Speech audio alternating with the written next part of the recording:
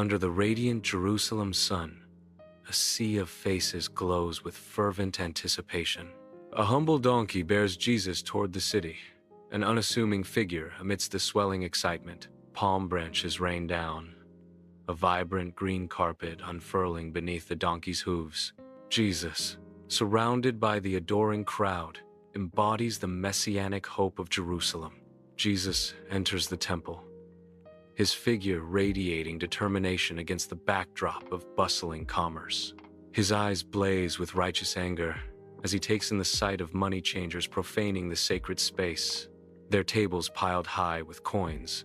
With a furious roar, Jesus unleashes his wrath, overturning the tables in a dramatic display of divine indignation.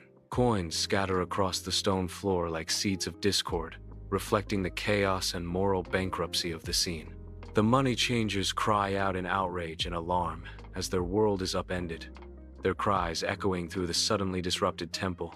In a dimly lit upper room, the soft glow of oil lamps casts long shadows, highlighting the faces of Jesus and his disciples gathered around a simple wooden table.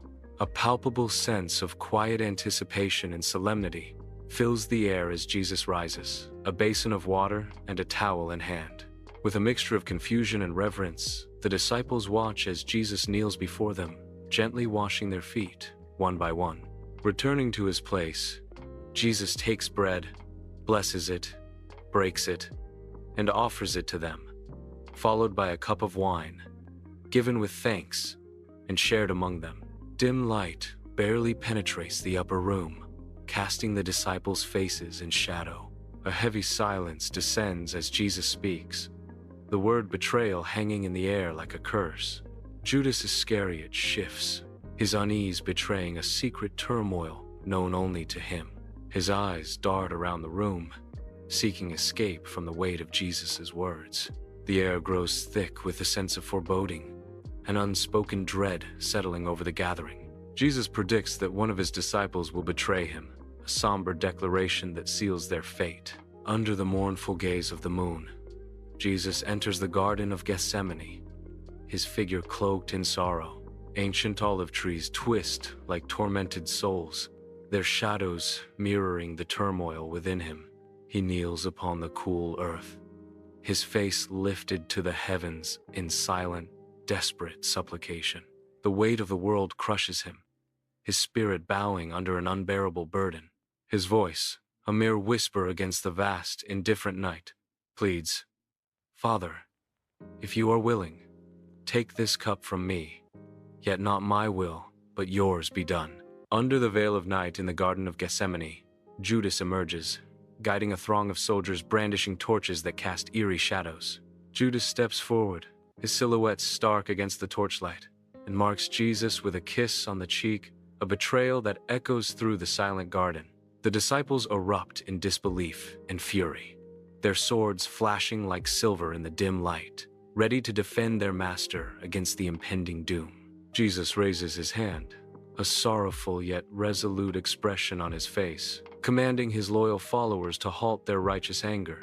Emboldened by the lack of resistance, the soldiers seize Jesus, their metal gauntlets gleaming menacingly as they close in, extinguishing hope in the garden. Inside the Sanhedrin, flickering torchlight casts dancing shadows across stern faces, each one a mask of judgment. Accusations hang heavy in the air, twisting around Jesus like the grasping fingers of condemnation. He stands before them, an island of quiet dignity amidst a sea of swirling chaos.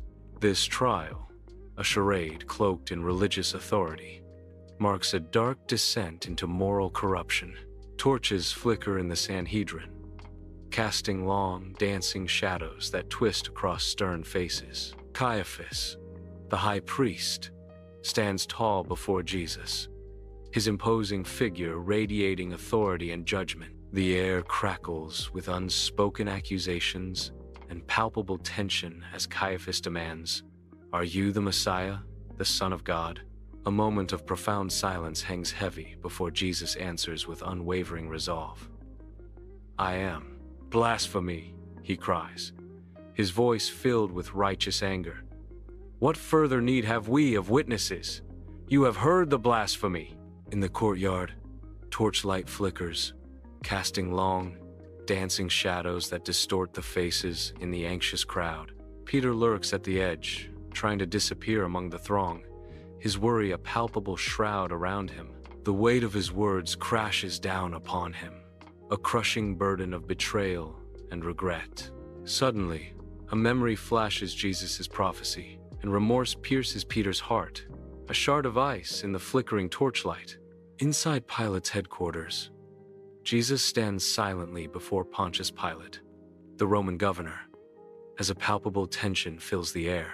Jewish leaders encircle them, their faces twisted in fury, a storm of condemnation brewing in their gestures and shouts. The air crackles with animosity as the Jewish leaders demand Pilate condemn Jesus to death, their voices rising in unison. Pilate, though skeptical of their claims, is haunted by the specter of a riot, his face etched with indecision.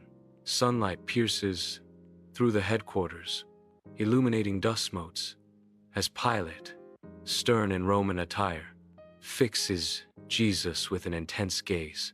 A palpable tension fills the air as Pilate leans forward, demanding, "Are you the king of the Jews?" Pilate's frustration mounts, his voice rising with authority. "Do you refuse to answer? Don't you realize I have the power to free you or to crucify you?" Jesus remains silent, his defiance fueling Pilate's rising anger. "Why do you refuse to defend yourself?" Inside Pilate's headquarters, the Roman governor faces a surging crowd. Their face is a canvas of anticipation and malice. Pilate presents a fateful choice: Jesus, the teacher, or Barabbas, the infamous criminal. Jewish leaders, cloaked in shadow, stand at the forefront, their hushed whispers fueling the crowd's growing agitation. The crowd, incited by the Jewish leaders, chooses Barabbas, a decision that hangs heavy in the air. Pilate stands before the surging crowd, the weight of decision etched on his face. A basin of water gleams on the table, an omen under the judging eyes of the masses. With deliberate, chilling slowness, Pilate washes his hands, the water turning crimson as it cascades away. His gaze pierces the crowd as he declares, "I am innocent of this man's blood," sealing Jesus' fate. The heavy wooden doors of Pilate's headquarters gape open, casting long shadows across the cold stone floor where Roman soldiers gather around Jesus. With cruel amusement, they press a crown of thorns onto his head, the sharp barbs drawing beads of blood that trickle down his temples like crimson tears. Under the scorching sun on Via Dolorosa, Jesus succumbs to the crushing weight of the cross, his strength utterly spent. Indifferent, Roman soldiers watch, their faces betraying no hint of compassion for the fallen man. From the bustling crowd, Simon of Cyrene, a man of imposing stature, is forcibly seized. A Roman soldier barks out an order, his voice laced with authority and disdain. "You, carry the cross." Simon's eyes widen in disbelief and reluctant acceptance as he is thrust into an unwanted destiny. The heavy wooden cross is placed upon Simon's broad shoulders, an unwilling participant now bound to Jesus' fate. Under the stark, unforgiving sun, Golgotha rises, a desolate stage for suffering. The brutal hammering echoes across the barren landscape, each strike a blow against hope. Jesus writhes against the rough wood, the agony etched into every line of his face. The cross looms against the sky, a stark symbol of despair and sacrifice.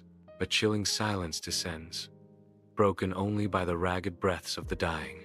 The weight of the world's pain settles upon the hill, a heavy shroud of sorrow.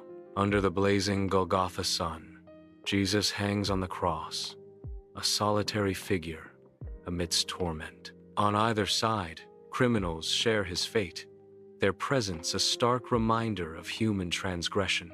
A mocking crowd seethes below, their faces twisted with scorn, their voices a chorus of cruelty.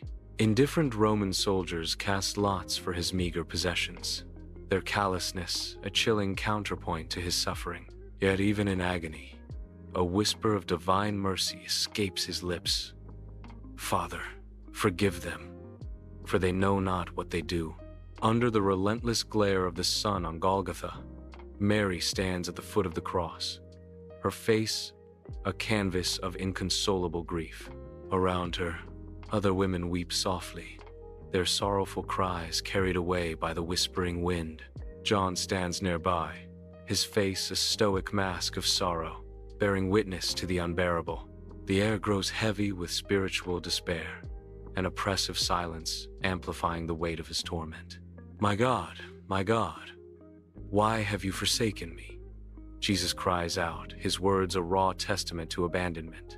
An unnatural darkness descends upon Golgotha, cloaking the land in an eerie twilight. The earth convulses, a terrifying earthquake tearing through Golgotha. The centurion stares in stunned disbelief, his face etched with awe and fear. Under the harsh glare of the sun, Joseph of Arimathea, his face etched with sorrow, approaches the foot of the cross. Gently, reverently, he cradles Jesus' body in his arms, bearing the weight of sorrow and sacrifice. The sun beats down on the parched earth as Joseph carries the body towards a dark opening in the rock face. The tomb entrance gapes like a wound in the landscape, promising shadow and silence. Under the tender glow of Sunday morning, the ancient stone tomb stands in solemn silence.